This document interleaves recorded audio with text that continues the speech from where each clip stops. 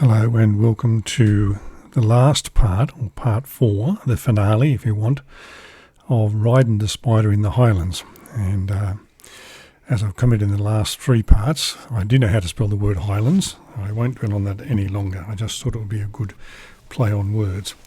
And this section of the video, I'm in the last leg heading towards Goulburn, about 15 minutes away from where I am at the start of the video. So I've passed through the little township or village of Hylands and I'm heading south to Goulburn. I'm well and truly, I think, in the southern tablelands rather than the southern Highlands as I was before. I'm not sure where one starts and the other one finishes and so on, but I suspect that the intersection of the two council borders or administrative areas or whatever we're going to call it is probably the deciding point. The Southern Highlands is administered through the Wingecarribee Shire Council, and the Southern Tablelands, or a large portion of it around Goulburn, is administered by the Goulburn-Mulwaree Council. So where those two councils' borders meet, I guess, is the intersection of the Southern Tablelands and the Southern Highlands. I've commented in the last video about the state of the Hume highways. You can see it here, and for the most part I'd say it's a pretty good road. There is a section around Hylands where there are lots of cracks in the concrete, and the concrete is a bit uneven, but for the most part I'd say the road's in pretty good condition. It's a dual carriageway both ways, as I've said. Sorry when I say it's a dual carriageway. It's a dual carriageway. There are 2 lanes in both directions, north and south. The shoulders are pretty wide so you can pull off the road safely. There are markings down the middle of the road to indicate the lanes. There are those markings on the edges to indicate the edge of the road, and there are either the white little posts with reflectors on them, or there are barriers with those steel cables and so on. So I think overall the road's in pretty good condition, and you can judge it for yourself as you go along and watch the last section of the ride here. That leaves me with what it is that I'm going to talk about this time, and generally I try to leave politics out of these things because motorcycling is motorcycling and politics is a different thing, and you're probably going to polarise people, and your audience is either going to agree with you or disagree with you. But I thought I would talk briefly about the coming New South Wales state election. The state election is to be held on the 22nd, I think it is, of March. The elections in New South Wales are held every 4 years on a fixed date, which is, I think, the 3rd Saturday in March. And the coming election, as I said, is on the 22nd of March 2023. At this point, the current Liberal National Party government has been in power for 12 years, or 3 terms, and in that period has gone through 4 premiers, starting with Barry O'Farrell, followed by Mike Baird, then Gladys Berejiklian, now the current Premier Dominic Perrottet. In the same period, the opposition has been in opposition, obviously, for 4 years, and they've gone through, I think, 4 leaders, starting with John Robertson, Luke Foley, Jodie Mackay, and now Chris Minns. Now, I don't know either of these leaders well enough to make any comment on their electability or unelectability or abilities or lack thereof. I've had no personal dealings with them, and I don't live in their electorate, so I don't know how they deal with constituents. This is not me. The purpose of this isn't for me to say you should vote for one person or the other, or one party or the other. That's not what I'm doing. I'm not endorsing a candidate or a party or anything like that. I'm merely talking about the election in general. So if you don't want to hear my views about that, then by all means turn the volume down and just enjoy the scenery. So in my electorate, which is the electorate of Goulburn, we are currently represented by Wendy Tuckerman from I think she's from the National Party. And again, I've had no dealings with her as a local member, so I know nothing about her. I don't know whether she's a good or bad member. I'm not making any judgment about that at all. I'm just saying she is the current local member. I believe that the current Labor candidate is a bloke called Michael Pilbro. I hope I pronounced his name correctly. I don't know him either. I've had no dealings with him. I've never met him. I don't know anything about him, so I can't make any comment on whether he's going to make a good or bad member or whatever. What I can say is that I like to look at the election as a job interview. in the sense that these two people and any other candidate, I believe at the moment there's a Greens candidate who's announced himself, and there may be others I don't know. But I like to look at it as a job interview, in that those people seeking election are asking me to give them a job. This is a job that I reckon, when you factor in salary and all the allowances and so on, is probably worth somewhere close to $300,000 a year. Now, that's not a complaint to say that they're overpaid or anything like that. It's just an observation of what I reckon their job is worth. I may be a bit north of the mark. So let's say it's somewhere between 250k and 300k. That is when you factor in the salary, allowances, travel, accommodation, phones, all the other things that go with doing the job. We're going to give the person who we elect a 4-year contract, in that they'll be elected to serve in the Parliament for 4 years, and if they're a member of the Legislative Assembly, I think it is, or the Upper House in New South Wales, they have an 8-year contract. So we want to think very carefully about the person that we're electing. So for me, I want to think about, well, what are the issues statewide that are important? What are the local issues? What do you say, and what does your party say they're going to do about those things? On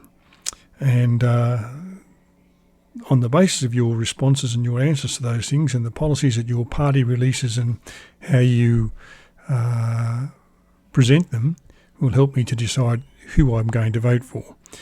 There are the statewide issues, in that state governments in Australia are responsible for things like roads, schools, hospitals, planning decisions. As I said, hospitals, but most parts of the health system, planning decisions in terms of approving various projects, some of which are considered to be of significant value, and therefore the state government has the right to overrule the local council. If the local council says we don't want something in our area, and the state government says it's a thing of state importance, then they have the State Government Planning Commission, I think it's called, has the right to overrule the local council and say, well, you're going to have it anyway. And then there are the local issues. Now, in my electorate that I'm aware of, there are 3 significant local issues at the moment that certainly people in Goulburn in the area around Goulburn are concerned about. One of those is Wakefield Park Motorway, which is a racing track just east of Goulburn, between Goulburn and Turana, and because of restrictions on the hours and the number of days per year it can be used, the owners said, well, we can't make any money, so we've closed it. And so people who worked there have lost their jobs. People who are motorsport enthusiasts have lost their way of being their sport. I believe that the Labor Party has said they're going to reopen it. I'm not sure what the current position of the Liberal National Party is, but the issue became that the residents who live out that way said, well, when we agreed to this thing, we agreed it would only operate a certain number of days a year and a certain number of hours, and now the owners want to extend all of that, and we're not prepared to put up with the noise and so on. And the Land and Environment Court ruled in favour of the residents and said, well, when you signed up for this thing, you made this agreement, and you can't now change the agreement. How that'll be all resolved, I don't know. I'm not a motorsport enthusiast, so it doesn't concern me greatly, but it does concern me that people have lost their jobs, and the people who've invested money in this thing have apparently lost their money, or their money sitting there dead and not earning them anything. So it's an issue that perhaps needs resolving. The second issue is the waste incinerator that is planned out at Tarago. Tarago is a small village east of Goulburn, about 40 k's east of Goulburn, and near there already is a biomass extractor. And what happens there is protrusible waste from Sydney is transported by rail to near Tarago, then it's trucked to the old mine there, where it's allowed to rot and decay, and methane gas is extracted from that rotten decay and used to, I believe, power the desalination plant in Sydney. There is a plan now to put an incinerator there to burn, I think it's soft plastics, because Indonesia and China have decided that they don't want our plastics anymore, and rightfully the local residents are saying, well, we don't want that. There's already enough bad smell from the rotting protrusible waste, and we don't want the incinerator here, and the local council has supported them. the state government has said this is a matter of significance, and they've overruled them and said, well, you're going to get it anyway. The other issue is that on the Gundari Plains, which are also east of Goulburn, there's a plan to build a giant solar farm, and residents in that area are concerned about a number of factors, some of which I don't fully understand. But again, they're saying, well, we don't want this thing in our area. It's not necessary and we don't want it. But as I understand it, the state government has said, well, it's a matter of significance. It's a matter of dealing with or providing renewable energy, and we see this as an ideal place to put it, and it's going to be put there. So those are three local issues that are of concern. One issue that's become a matter of concern, not just locally but statewide, is the issue of gambling, and in particular gambling and losses that are suffered, if you like, by people who gamble on poker machines. Now again, I don't go to clubs, I'm not a member of any club, and I don't ever put any money in the poker machines, but I'm concerned that there is this problem gambling, and that people are losing family savings, in some cases houses had to be mortgaged to pay off debts. In a number of cases, people's lives have taken their lives because their gambling addiction has ruined themselves and their families.